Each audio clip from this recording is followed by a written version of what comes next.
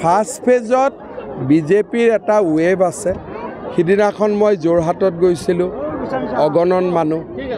আজি মাজুলীত, এনেকুৱা মাজুলীত মিটিংটোতো আগত হোৱাই নাই। দলঙৰ আধাৰশিলা স্থাপনৰ দিনাখনো এনেকুৱা মানুহ হয়। যোৱা ৰাতি তেজপুৰত অগণন মানুহ। প্ৰত্যেকটো বিধানসভা সমষ্টিতে মই গ'লোঁ ফাৰ্ষ্ট ফেজৰ। এনেকুৱা এটা বিধানসভা সমষ্টি নাই য'ত মই ফাৰ্ষ্ট ফেজৰ 5টা সমষ্টিত যোৱা নাই। 50খনতকৈ মই বেছি মিটিং কৰিলোঁ ফাৰ্ষ্ট ফেজৰ। আৰু বিজেপি খুব ধুনীয়াকৈ জিকি আছে, ক'তো একো সমস্যা নাই।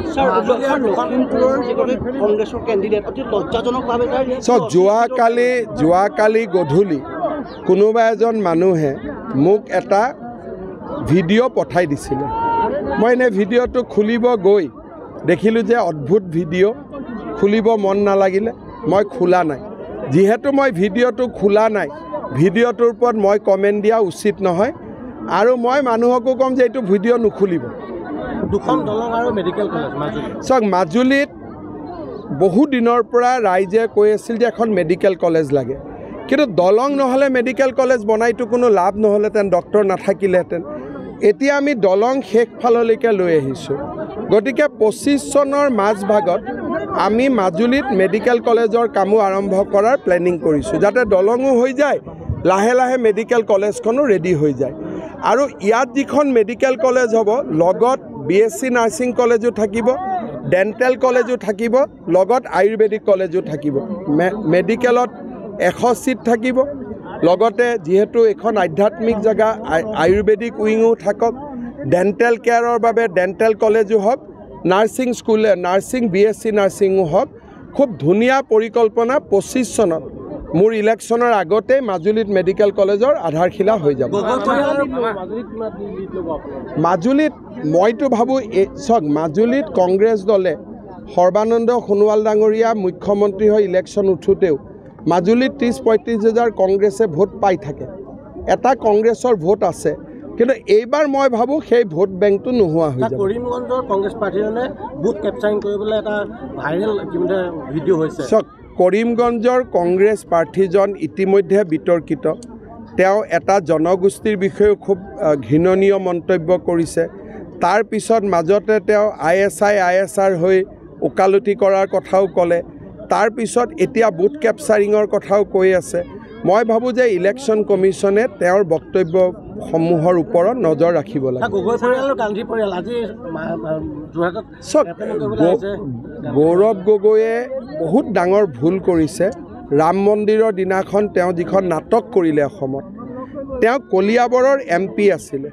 কিছুমান মানুহে ক'ব খোজে যে গৌৰৱ গগৈ সৰব সংসদ আছিলে। এটা কথা মোক কোনোবাই দেখাই দিয়ক, সেই ব্যক্তিসকলক মই তেওঁলোকক চেলেঞ্জ কৰিম যে সংসদত তেওঁ কলিয়াবৰ সমষ্টিৰ হৈ এটা শব্দও কেতিয়াবা কৈছে নেকি? তেওঁ যোৰহাটৰ হৈ এটা শব্দও তেওঁ কেতিয়াবা কৈছে নেকি? তেওঁ মাজুলীৰ হৈ এটা শব্দও কেতিয়াবা সংসদত কৈছে নেকি? ৰাহুল গান্ধী জিন্দাবাদ ক'বৰ কাৰণে আমাক সৰব সংসদ নালাগে, অসমৰ সমস্যাৰ কথা ক'ব পৰা সংসদ লাগে। গৌৰৱ হৈছে গান্ধী পৰিয়ালৰ এজন মুখপাত্ৰ, গান্ধী পৰিয়ালৰ প্ৰভুভক্ত এজন ব্যক্তি। অসমৰ ৰাইজৰ কথা 10 বছৰ সংসদত এটা শব্দও কোৱা নাই। মুখ্যমন্ত্ৰী হিচাপে কেতিয়াবা সংসদত মানুহে কথা ক'লে আমি সাহস পাওঁ, আমাৰ কাম কাজবিলাক সহজ হৈ যায়। তেওঁতো আজিলৈকে একো কথা কোৱা নাই। অসমৰ সংসদত গ'লে খালি মণিপুৰ কৰি থাকে। আৰে তেওঁ মণিপুৰত যোৱাই নে মণিপুৰৰ নাতিনি যে দিনে ৰাতিয়ে মণিপুৰ কৈ থাকে, আৰু আমাৰ ইয়াৰ কিছুমানে কৈ থাকে নহয় তেওঁ বহুত কথা ক'লে। এনেকৈ কৈ আমি অসমখনত আমি সদায় পিছ পৰি আছোঁ। আহোমৰ অনুষ্ঠানত বা আমাৰ কীৰ্তন ঘোষা অনুষ্ঠানত কিবা কিবি দেখা নাযায়। তেওঁক আপুনি মেডাম মিফিটো নেদেখিব, নাম ঘোষাটো নেদেখিব, বৰপেটা সত্ৰটো নেদেখিব, মাজুলীৰ ভাওনাটো নেদেখিব, সেইবিলাক নাই। ইলেকশ্যন আহিলে জৰুৰ অহা যোৱা, কিন্তু তেওঁ যি ধৰণে নামাজ পঢ়িছে, উঠা বহা দেখিলেতো ভয়ে লাগি যায় যে ইমান ক'ৰ পৰা শিকিল। মই অখিল গগৈৰ কথা কৈ লাভ নাই। মানে অখিল গগৈ ইয়াত নিৰ্বাচন প্ৰচাৰ চলাবলৈ আহিছিল, তেতিয়া আপোনাৰ নাচটো হেনো বিজেপিৰ নাই। মোৰ চব তেওঁ, মই এটা কথা কওঁ, অখিল গগৈয়ে এটা প্ৰশ্ন সোধক যে অসমৰ বিহুক বিশ্ব দৰবাৰত কোনে প্ৰতিষ্ঠা কৰিলে 12,000 বিহুৱা বিহুৱতীক কোনে লৈ গ'ল প্ৰধানমন্ত্ৰীক বিহু চাবলৈ কোনে আনিলে সেই ব্যক্তিজনক বিহুৰ কথা শিকায়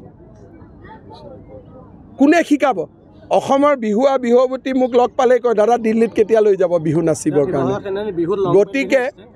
গতিকে অখিল গগৈৰ পৰা বিহুৰ জ্ঞান মই ল'ব নালাগে আৰু অখিল গগৈ আপোনালোকে জানেই যে লটং পটং কথা কৈ থাকে তেওঁনো কাৰ ছাপৰ্টত আছে তেওঁ নিজেও নাজানে